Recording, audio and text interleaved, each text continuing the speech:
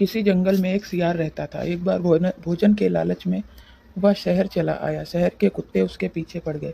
डर के कारण सियार एक धोबी के घर में घुस गया। धोबी के आंगन में एक नाद था।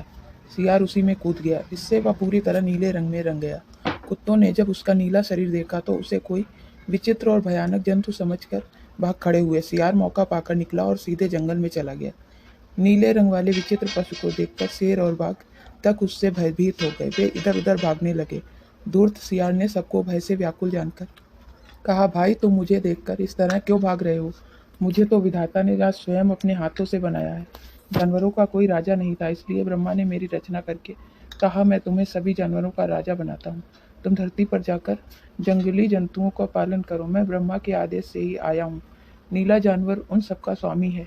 यह बात सुनकर सिंह, बाघ आदि सभी जंतु उसके समीप आकर बैठ गए। वे उसे प्रसन्न करने के लिए उसकी चापलूसी करने लगे। धूर्त सियार ने सिंह को अपना महामंत्री नियुक्त किया। इसी प्रकार बाघ को सेना नायक बनाया। चीते को पान लगाने का काम सौंपा। भेड़िए को द्वारपाल बना दिया।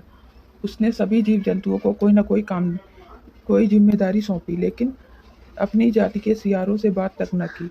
उन्हें धक्के देकर बाहर निकलवा दिया।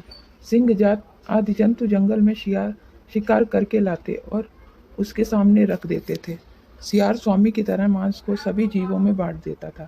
इस प्रकार उसका राजकाज आराम से चलता रहा। एक दिन वह अपनी राजसभा में बैठा था। उसे दूर से सियारों के चिल्लाने की आवाज़ सुनाई पड़ी। सियारों की हुआ हुआ सुनकर वह पुलकित हो गया और आनंद विभोर होकर सुर में सुर मिलाकर हुआ हुआ करने लगा। उसके चिल्लाने से सिंह आदि जानवरों को पता चल गया कि यह तो मामूली सियार है। वह मक्कारी के बल पर राजा बनकर हम पर शासन कर रहा है।